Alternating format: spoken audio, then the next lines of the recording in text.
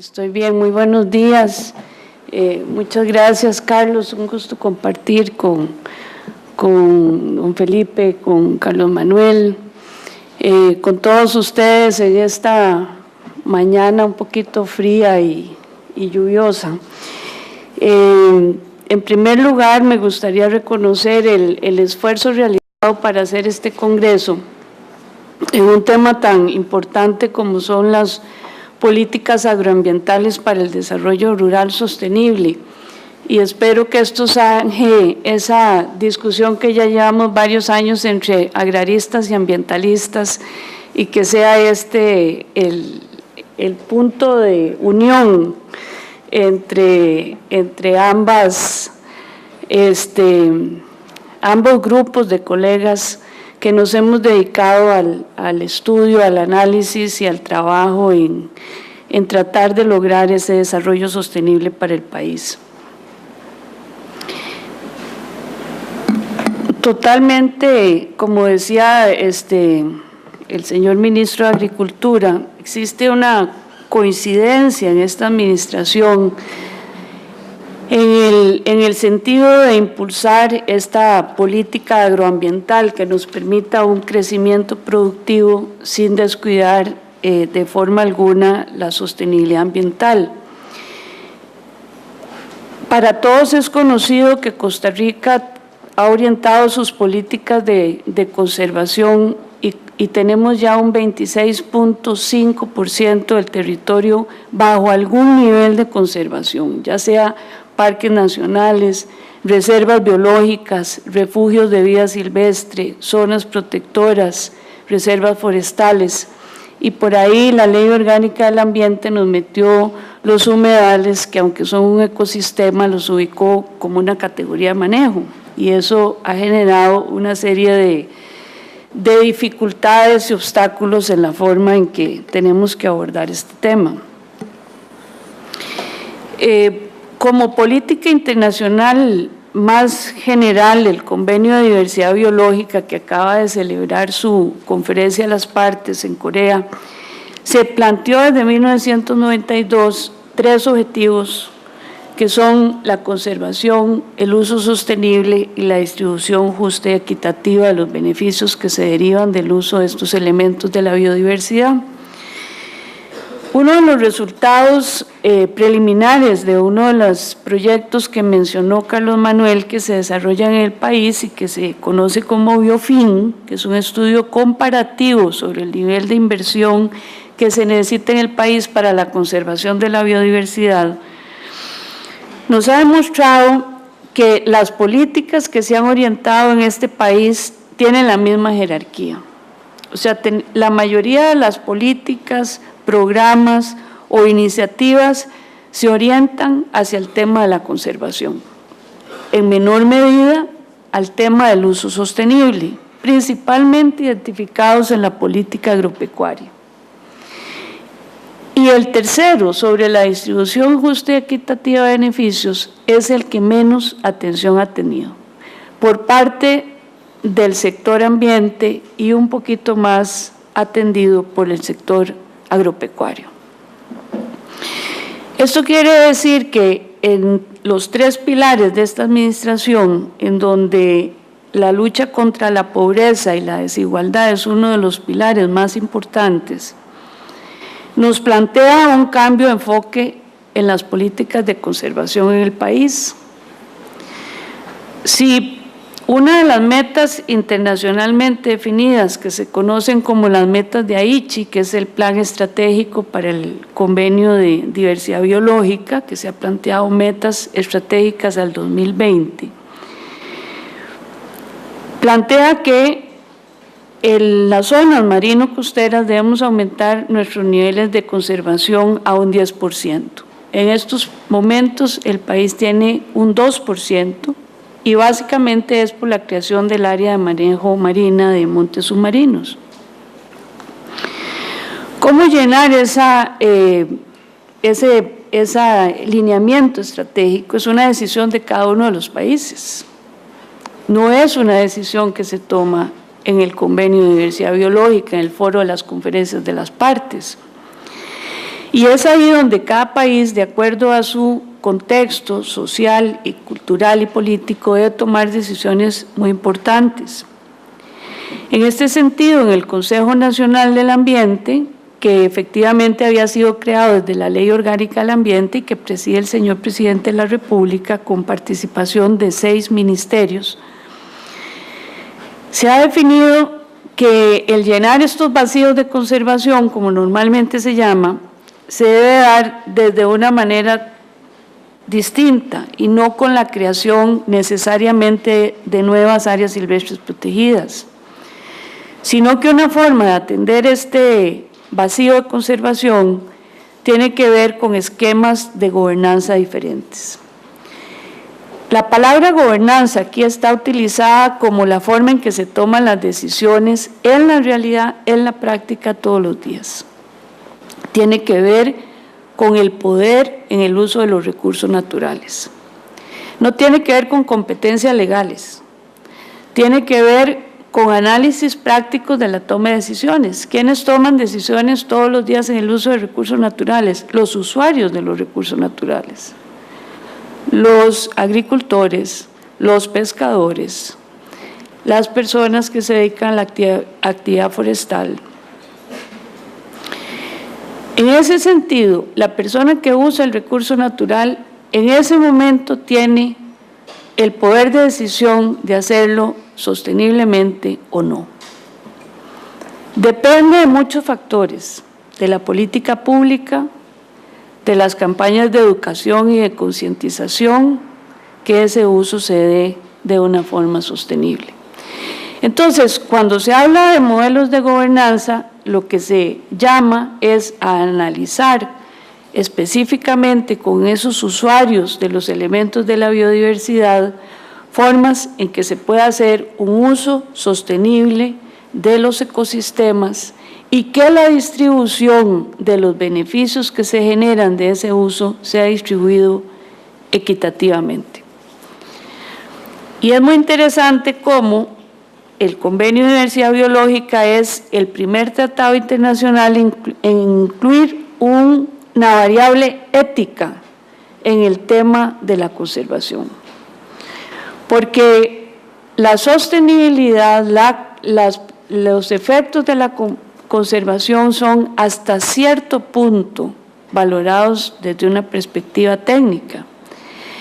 Pero la forma en que esos beneficios se distribuyen en forma equitativa es una valoración social, ética y política.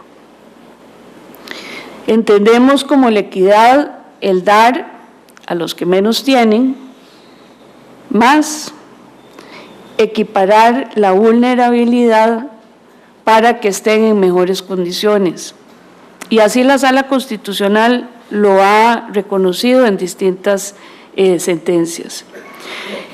El 29 de julio de este año, este Consejo Nacional Ambiental aprobó lo que sería la visión de biodiversidad para esta administración.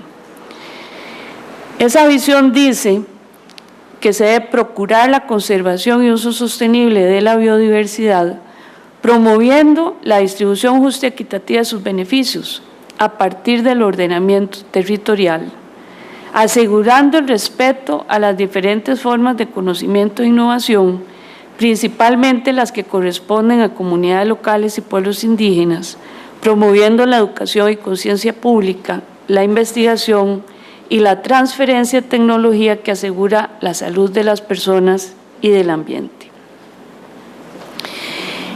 Sin embargo, para cumplir con esta visión de la biodiversidad, hay innumerables obstáculos en este país.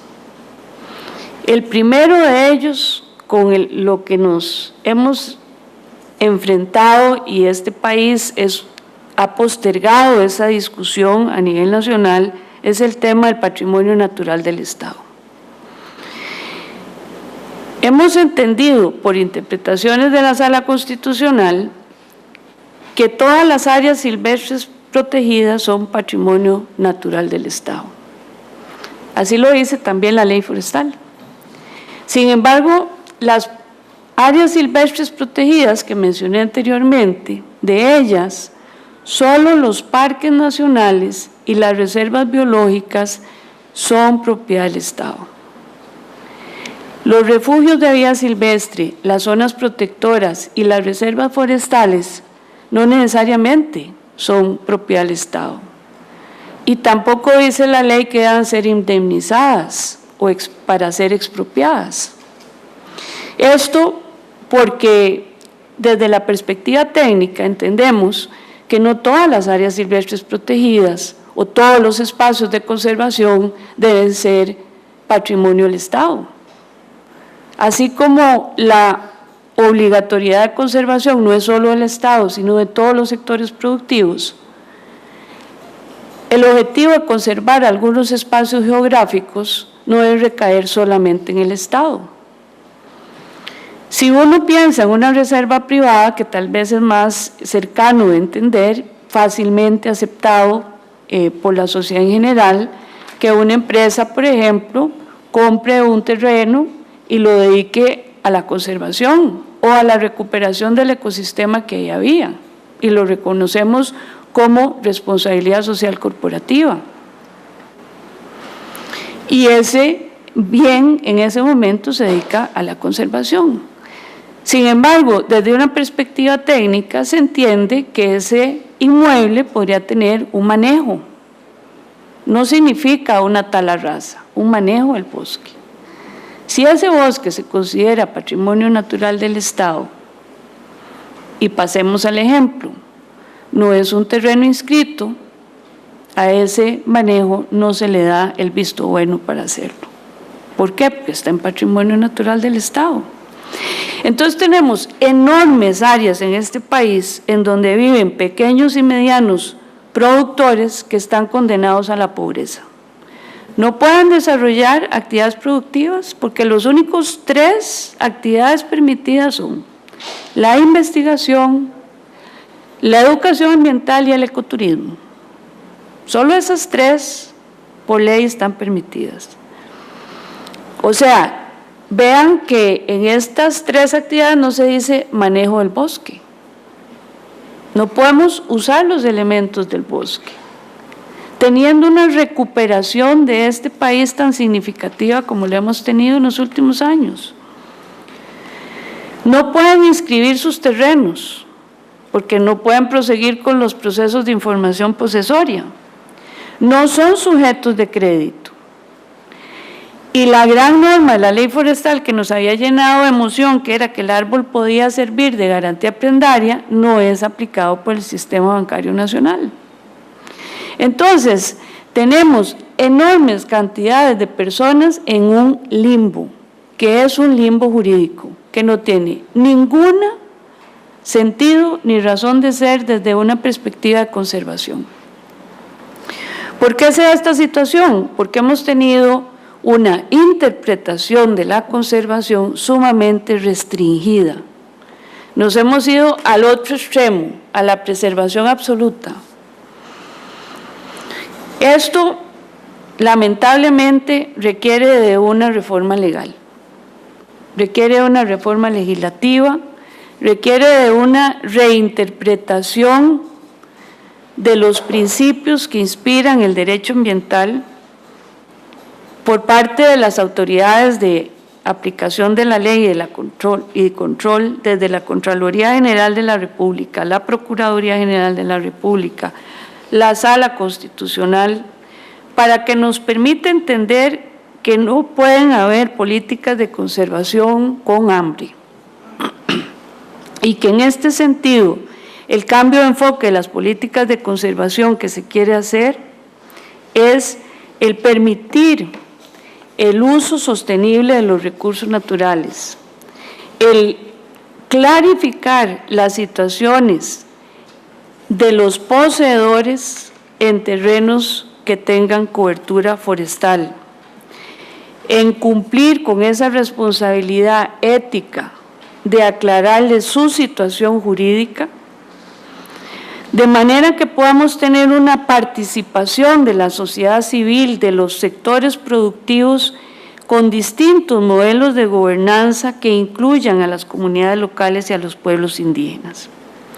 En ese sentido, en esta mesa redonda que nos solicita hablar de desarrollo rural, no podía empezar a hablar de desarrollo rural sin especificar cuál es el principal obstáculo que nos estamos enfrentando, tanto para producir como para conservar. El día de ayer estuve en la zona de Guapiles, volviendo a donde había trabajado 25 años antes, en donde se habían unido 9 familias para hacer un área de 3.000 hectáreas dedicadas a la recuperación del bosque. Después de 25 años, eso es un bosque. Y esas personas que contribuyeron, que dejaron de utilizar esa tierra para dejar que se recuperara el bosque, que estaban ahí antes de que a nosotros se nos ocurriera impulsar las políticas de conservación, que fueron los primeros beneficiarios del pago por servicios ambientales, no pueden inscribir sus tierras porque en estos momentos se considera patrimonio natural del Estado. Entonces, eso es castigar a través de una política totalmente perversa a quienes han contribuido en la recuperación del bosque de este país. Costa Rica hoy día, después de 25 años de impulsar el programa de pago por servicios ambientales que mencionaba Carlos Manuel, se enfrenta a otro reto. Ya no es reconocer los aportes, los servicios ambientales que da el bosque. Es reconocer a las personas que han contribuido con la recuperación del bosque en este país y reconocerle lo que se merecen, que es brindarle seguridad jurídica.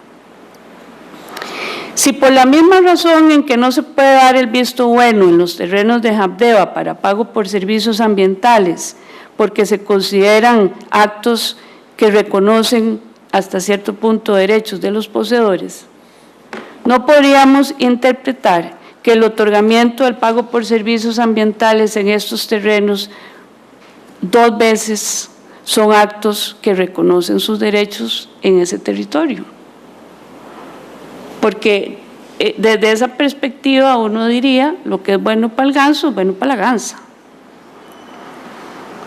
Ese es el tipo de interpretaciones que tenemos que revisar de manera que podamos permitir esos paisajes productivos, esos corredores biológicos, pero que fomenten el desarrollo rural, que fomenten el empleo. No hay ninguna actividad productiva que genere más empleo como la actividad forestal. En la zona norte, en un proyecto piloto que tiene FONAFIFO, en fincas de 5 hectáreas, ojo el área que estoy hablando, de 5 hectáreas, un productor puede tener 1 hectárea de bosque que puede explotar a 15 años, puede explotar entre comillas, porque si se declara patrimonio natural del Estado no lo va a poder explicar, pero digamos que lo pueda explotar a 15 años, puede tener ganado estabulado y puede tener alguna producción de algún producto agrícola. Con esa visión integral de la finca, esa familia tiene una planificación en el ingreso a mediano y a largo plazo. Y eso es lo que tiene que apoyar el Estado, porque así apoya la conservación y apoya la producción, y cuando hay mejoramiento de la calidad de vida, tenemos los 2 objetivos cumplidos, que es lo que entendemos por desarrollo sostenible: el alcanzar las mejores condiciones para las generaciones presentes sin menoscabo de las oportunidades de las generaciones futuras. Y a esta mesa yo le hubiera agregado algo que me parece que es muy importante y es uno de los ejes que estamos tratando de estructurar y de articular, que tiene que ver con el desarrollo urbano y que tiene que ver con la recuperación de la biodiversidad en áreas urbanas. El tratamiento de la biodiversidad en áreas urbanas lo que ahora llaman ciudades sostenibles, ciudades limpias, la recuperación de nuestro entorno donde vivimos la mayoría de nosotros, es algo que apunta en la misma línea del mejoramiento de la calidad de vida de las personas. En este sentido, estamos apoyando con bastantes recursos a una iniciativa de unos Quijotes que nunca faltan, que han impulsado el proyecto del río María Aguilar para tener un corredor biológico urbano que vaya desde La Unión hasta Atillo.